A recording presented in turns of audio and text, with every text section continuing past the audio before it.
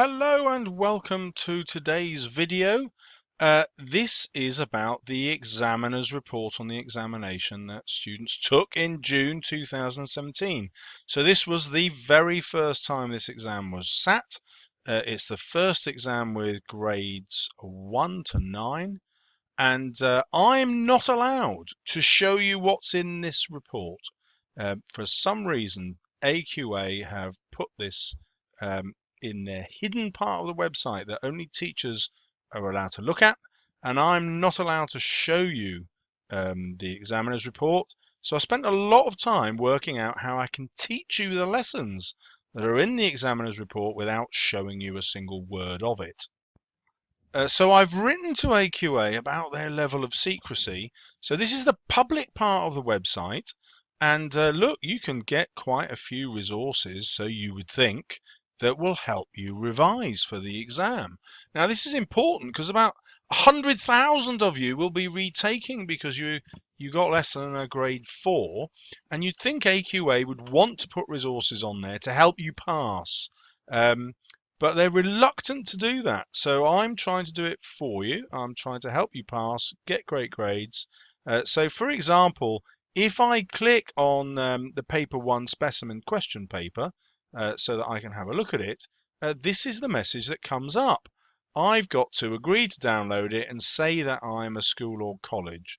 Well, you as a student might be happy to lie, but I can't do that because I represent my school, and I can't suddenly start using this to teach you.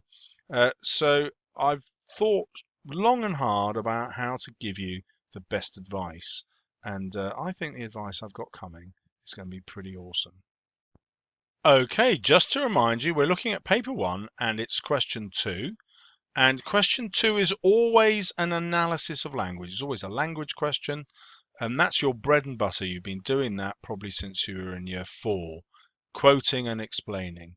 And this part is always in the question. You could include the writer's choice of words and phrases, language features and techniques, and sentence forms. Well, the examiner's advice has changed since last year. So those of you who bought my guide to the exam, which I wrote before the exam was even published, will remember that I said this idea about writing about sentence forms is just dumb. And I did give you a solution to that, but I also explained how writers just don't think that way. They really couldn't care less about the sentence forms they're using. And I'm really glad that the examiners have decided that I was right. So now the examiner's report says you do not have to write about sentence forms. The question says you could write about them, but you don't have to. Well, that wasn't obvious last year because in the mark scheme, the example that the examiners gave wrote about sentence forms. But now that has changed. Now, that's great news. The senior examiner gives us a strong steer that this sort of comment about sentence forms probably cost students marks, as their comments were probably gibberish. If you look at the guide, I show how the examiner's comments are actually gibberish in the specimen papers. So I'm really pleased. And I can't emphasize that strongly enough. There is no need to cover each bullet point. And by that, the examiner means just don't bother writing about sentence forms. We have to put it in because basically the government requires it, but actually we recognize that it's a load of rubbish. So unless you've got something really brilliant to say about the use of sentences, just ignore it. Okay, well, there is another little bit of good news, perhaps. And this is the problem of writing too much in the exam. So the exam paper gives you the pages to write on, and if you want to write more than that, you have to require extra pages. And the examiner claims that students who wrote in more depth did better than students who gave lots of examples. This is quite interesting. So what the examiner is saying is if you write less, but in more depth about individual quotations, you'll get higher marks, and you don't need any extra pages. So I've made some inquiries with the exam board because our examiners in our school weren't given any extra pages at all. And that's a big problem here. And the examiner I spoke to said, well, that's because the extra pages were given to senior examiners who marked them. Now, I'm not really sure how that would work. How could senior examiners mark the extra pages, but different markers mark your other pages? I haven't got an answer to that yet. AQA will tell me soon, I expect. But the examiner, the senior examiner in his report, or her report, I don't know if it's a male or female, is saying, really, you don't need to go onto the extra pages. I won't know for sure until I get some responses back from my students. And I don't know if you got any credit for those extra pages. So for the moment, it will be a really good technique for you to learn to write more concisely. Okay, well, most of the examiner's advice now is about what students did when they got into level 2. So the exam papers are marked in 4 levels. It's confusing because there are 9 grades, aren't there? But anyway, they're marked in 4 levels and the grades are put in afterwards. And level 2 is really tricky. So for level 2, you need to be able to recognize imagery. There will always be imagery in this question. And actually, you need to use that word if you can. There are the big 5 words that denote imagery, terminology, if you like, that means imagery. They are personification, metaphor, simile, alliteration, and assonance. Learn those. And the examiner has given us a really strong steer that actually those are probably enough. You don't need to know lots of other subject-specific terminology. Now, lots of teachers were told something different last year, or at least interpreted the exam criteria differently. So this is very reassuring because your revision can focus on really mastering those 5. The next thing you need to know is to get into level 2, students attempted to write about the effect of these. So they found a metaphor in the writing and they tried to write about the effect on the reader, but didn't do it very well. If you didn't try to write about the effect, you only got a level 1. So, you can know all of these and still only end up with a level 1 if you don't try to write about the effect on the reader. Well, before I tell you what effect means, what does the examiner mean by an attempt to write about the effect? Well, there are these sorts of phrases that pop up in students' essays when they're not really explaining, they're only attempting to explain the effect. The writer puts a picture in our heads. This interests the reader. This makes the reader want to read on. This is really good imagery. Now, the reason why all those are just attempts is because everything the writer does is to put a picture in your head. Everything is to interest the reader. Everything is to make the reader want to read on. And every bit of imagery the writer thinks is really good. So it's pointless saying that. It gets you no marks because it doesn't say anything different about this text compared to any other text. You slightly get into the band by saying this. This makes us understand the character's feelings, but because this is a general comment, you won't get the marks. And what do I mean by general comment? Well, a specific comment would tell us exactly what those feelings were. Are they feelings of desire, jealousy, anger, resentment? If you're specific about the feelings, you get the marks. If you're general, this just makes us understand the character's feelings. You don't get the marks. Right, well, next, the problem at level 2 is that students were obsessed with terminology. Now, that wasn't their fault. Their teachers told them to be obsessed with terminology. And that wasn't the teacher's fault either, because that's the way the mark schemes led us. But now, good news, the chief examiner says, you might use lots of terminology, but if you don't understand it, you won't get the mark. Some examples that you might have been taught: synesthesia, anaphora, synecdoche, hyperbole, and pathetic fallacy.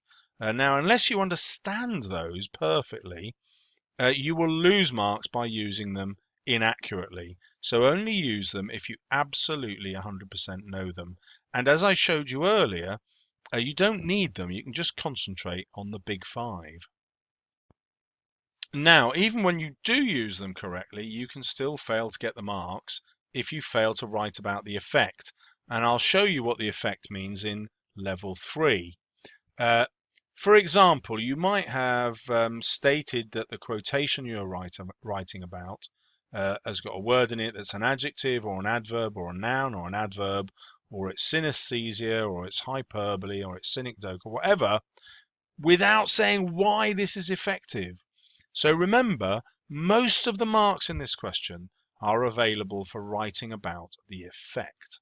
So now, I hope you're ready to find out what the examiner means by the effect. This then is my definition of what the effect of the imagery means. You need to do this to get into level 3. Write about how the writer is trying to influence the readers. Oh my God, I'm missing apostrophe. Dear me, I'm turning into a teenager. Trying to influence the reader's thoughts and feelings about the character, because it will always be a character. The exam question will always focus on a character, and the effect is, how do we, the reader, come to understand the thoughts and feelings of the character, and how does that influence our thoughts and feelings? So I guess a shorthand for you is just to think about thoughts and feelings. That will get you into level 3, writing about the effect of the imagery. And don't forget, use the word imagery and you will get the marks, as long as you write about the effect on the reader. However, you might write about the effect and still go wrong.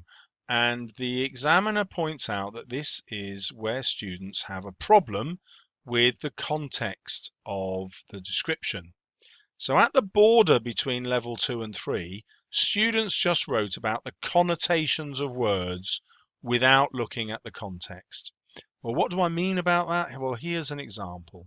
For example, you might find the word red in a description, which might suggest love or blood or death or danger or lust or violence, or they will have lots of connotations of red. Now, you might just leap in with one that seems logical to you. Oh, I think it's all about love. But if that doesn't fit the rest of the text, then it doesn't fit the context, and you look like an idiot. So you have to find out what the context is. So in a sentence on its own, you can easily leap to the wrong conclusion, and I've written a sentence for you here. His face flushed red. Now, you might just leap straight in and think, oh, he's obviously embarrassed, isn't he? Or, no, he's obviously angry. Well, you can't afford to just leap in like that. So on its own, you could plump for embarrassment or love or anger, but you check the rest of the context. Does it fit with everything else which is going on in the text? Well, to do that, you need to read the rest of the passage, read the rest of the text. Because if you get the context wrong, you can't get into level 3. Right, well, we're nearly there. What did the level 4 candidates do? Well, here students were able to explore the contrast. And before I get loads of English teachers saying, no, you're cheating, you're giving them the answer to the question, readers of my guide will know that I tell you that every single passage you get for this question contains contrast, because that's just how writers write. So always write about the contrast. It will always be there, and you can always write about the effect of that, and you'll always get into level 4 as long as you write about the effect of the contrast. So I don't want any jip on here, please. Contrast will always be in any passage that you get for question 2. Level 4 students also write about the symbolism of the imagery when they're talking about the effect. You need to practice this. What does that description symbolize? When we talk about symbolism, you have to remember that texts are written about a particular time. That time is important because the writer is creating a social situation, and the symbolism will always be affected by what society is like at that time. And the examiners will deliberately choose a piece of a novel where you can work out what the social situation is. So if you're interpreting something about the character in their social situation, you will be writing about the symbolism and about the context. And the examiner will go nuts about this. They'll think you're awesome. If you use the word social situation or society, it's another way to get the examiner to go nuts about your answer, and you will get into the top level. That's 100% guaranteed, as long as you are right. You know, you don't invent a social situation that isn't actually there. So you need to pay attention to the kind of society which is being described. You don't have to do that all the way through. Yeah, one comment about this will get you into that level. This bit is a bit tricky. How do you comment on society? It's tricky because the society will usually be a society from the past, and you might not read much. You might not particularly understand history. And so you're just ignorant of what society was like in the past. So how do you get round that if you're not a well-read individual, but you're still determined to get a high mark? How do you get round it? Well, the easiest way I know to do this is to ask, who is in power in this society? Now, you'll be able to do that. You'll look at the passage and you think, well, who's got power here and who doesn't? Who's got control and who is being controlled? And that will tell you something about that society. How does that affect the lack of power of my character? So this is my prediction. I think that 99% of exam questions that we'll get will always involve a character in question 2 who lacks power. So they're in conflict, but they're experiencing a lack of power. Okay, well, here's the summary of my advice for this question. Always try to comment on the symbolism of the imagery, and the big 5 are metaphor, simile, personification, alliteration, and assonance. Explain how this helps us understand something about the character and their world. I can't believe I wrote world there. Hopefully you remember the better word that I used. Society. I must have taken world from the examiner's report. Link it to the writer's use of contrast if you can. If you can't, go to my guide. There's lots in there about that. And finally, link it to how we understand the characters' feelings about their social position and lack of power. So there you have it. If you can do those 4 things, you will get into grade 4. Well, I hope my next videos about the mark schemes are shorter. Do subscribe if you'd like more. Good luck with your revision.